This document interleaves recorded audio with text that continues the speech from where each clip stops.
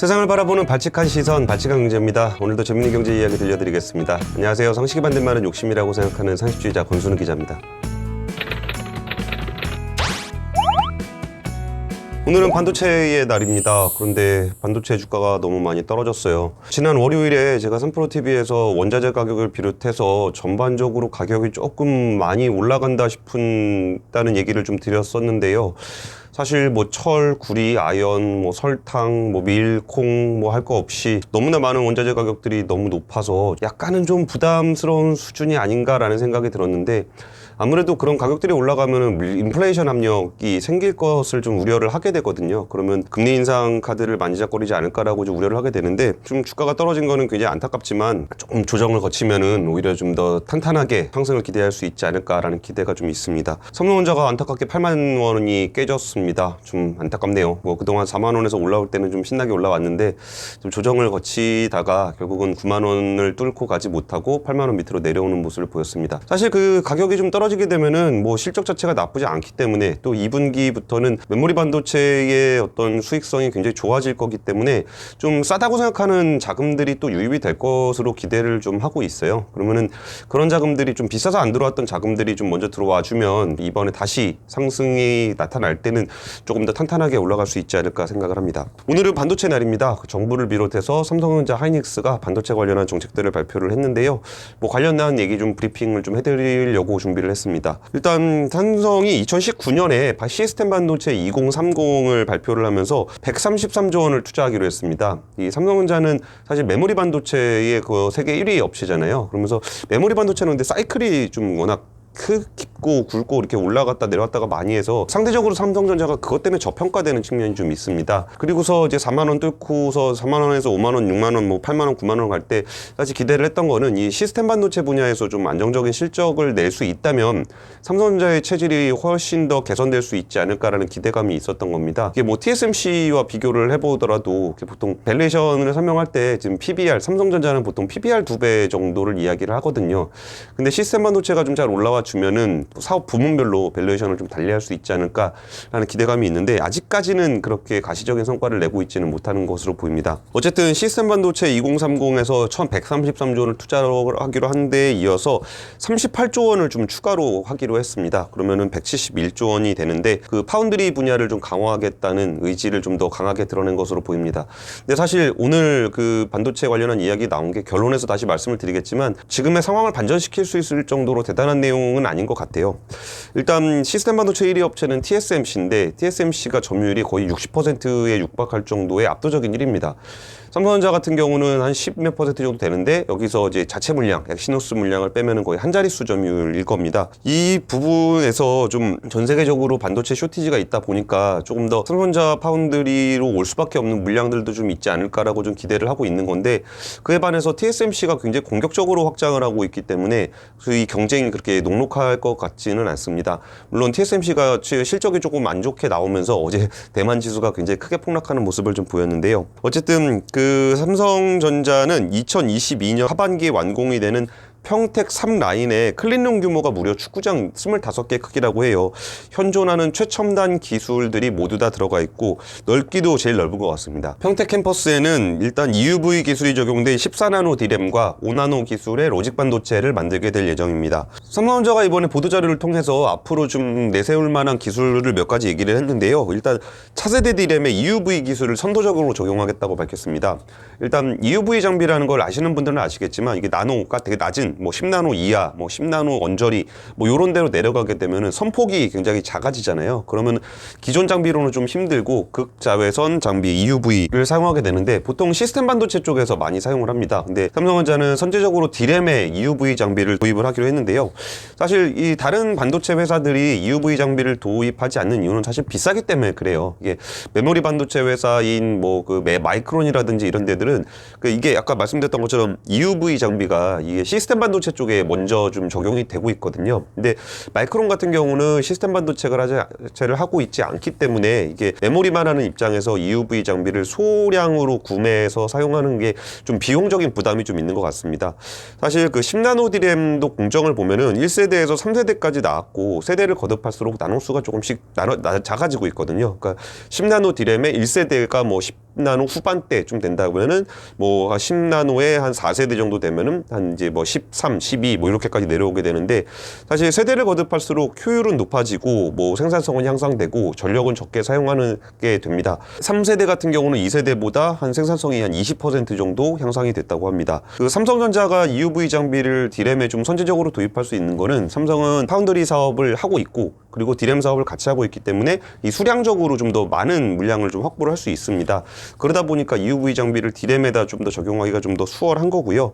그러다 보면은 D램 쪽은 삼성전자가 워낙 경쟁력이 강하기도 하지만 여기에 D램 쪽의 경쟁력을 좀 더 유지해 나갈 것으로 보입니다. 그리고 세계 최대 EUV 장비는 전 세계에서 ASML, 네덜란드 회사인 ASML만 만들고 있는데, 경기도 화성에 한 2,400억 원을 들여서 EUV 클러스터 조성을 하기로 했습니다. ASML이 워낙 슈퍼 갑이기도 하지만 국내에 하이닉스라든지 삼성전자 같은 우수 고객사들이 있기 때문에 이 화성에다가 장비 설비 투자를 하게 되는 것 같습니다. 그리고 또 하나 기술 하나 나온 게, 메모리와 시스템 반도체를 융합한 HBM, PIM. 내용이 되게 어렵죠. 이게 어떤 거냐면은 그 메모리 반도체에다가 인공지능 프로세서를 붙인 그런 제품입니다. 삼성전자는 슈퍼컴퓨터라든지 인공지능 같이 초고속 데이터 분석에 사용하고 있는 그 HMB2라는 메모리 반도체를 2018년에 만들었는데요.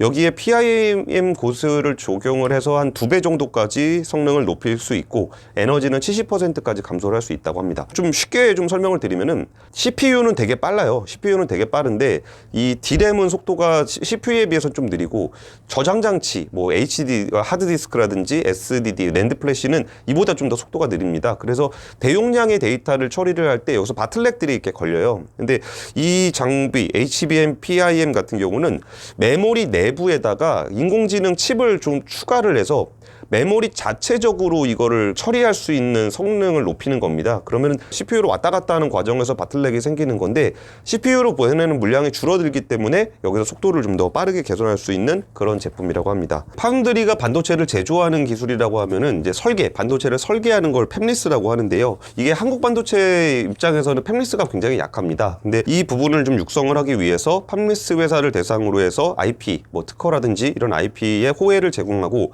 시제품 생산도 지원할 예정입니다. 이게 어떤 개념이냐면은, 이 파운드리 산업이 많이 발전을 하게 되면은 좀 더 쉽게 제조를 부탁을 할 수 있기 때문에 팹리스가 또 좀 발전을 하는 경향이 좀 있습니다. 팹리스 회사들이 자유롭게 설계를 해서 파운드리에 맡길 수 있기 때문인데, 삼성전자가 이 부분을 좀 더 육성하기 위해서 그 팹리스 업체들이 아무래도 사이즈가 좀 작다 보니까 이런 데들을 좀 지원을 하겠다고 한 겁니다. 그래서 팹리스 창업이 좀 이루어지면, 팹리스 창업가 좋은 팹리스가 나와서 설계가 나오면 또 파운드리의 물량이 늘어나는 이런 선순환 구조를 좀 기대를 하고 있습니다. SK하이닉스 같은 경우는 현재 대비 파운드리의 생산 능력을 2배로 확대하는 것을 검토를 하겠다고 했는데요. 근데 SK하이닉스는 일단 8인치 파운드리 사업에 투자를 해서 국내 팹리스들의 개발 양산을 지원하겠다고 밝혔습니다. 그러면서 박정호 부회장은 국내 팹리스들에게 파운드리 세계 1위인 대만 TSMC 수준의 서비스를 제공하면 이들 기업은 여러 기술 개발을 해낼 수 있을 것이라고 언급을 했습니다. 그리고 뭐 M&A 관련한 얘기들을 보도자료에서 좀 했는데요. 조만간 M&A나 공격적인 지분 인수에 나서지 않겠냐, 이런 얘기를 했습니다. 사실 SK하이닉스 입장에서는 메모리 분야에 비해서 비메모리 분야가 전체 매출에서 한 2% 수준밖에 안 됩니다. 그리고 자회사인 SK하이닉스 시스템 IC가 중국에서 파운드리 사업을 하고 있긴 한데 뭐 그렇게까지 공격적으로 하고 있지는 않습니다. 근데 SK하이닉스 발표도 조금 아쉬웠던 부분은, 이게 8인치 팹 얘기를 했는데 지금 첨단 반도체는 사이즈가 큰 12인치를 써요, 웨이퍼를. 근데 8인치 같은 경우는 좀 더 작고 조금 더 저부가가치 반도체를 많이 만들거든요. 예를 들면 전력용 반도체라든지 최근에 쇼티지가 나는 차량용 반도체라든지 이런 분야예요. 그러면 이 부분에 강화를 한다고 해서 정말 우리나라 반도체 회사, 파운드리 회사가 정말 글로벌하게 경쟁력을 확보한다라고 기대하기는 조금 어렵습니다.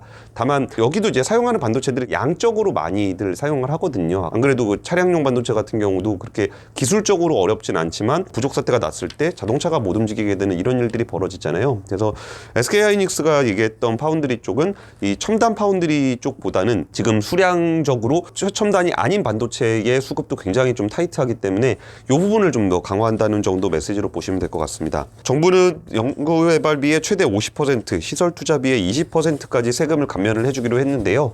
반도체 회사들은 2030년까지 한 510조까지 투자 계획으로 화답을 했습니다. 예를 들어서 삼성전자가 1조 원을 핵심 기술 R&D에 투자를 하면 최대 4천억 원까지 세금을 좀 깎아줄 수 있고요. 이게 뭐 지난해 기준으로 5천억 원을 쓰고 올해 한 7천억 원을 더 투자했다면 한 500억 원 정도의 세금을 공제받게 됩니다. 정부는 판교, 평택, 천안, 용인, 이천, 청주를 연결하는 K 반도체 벨트를 조성을 하겠다고 밝혔습니다.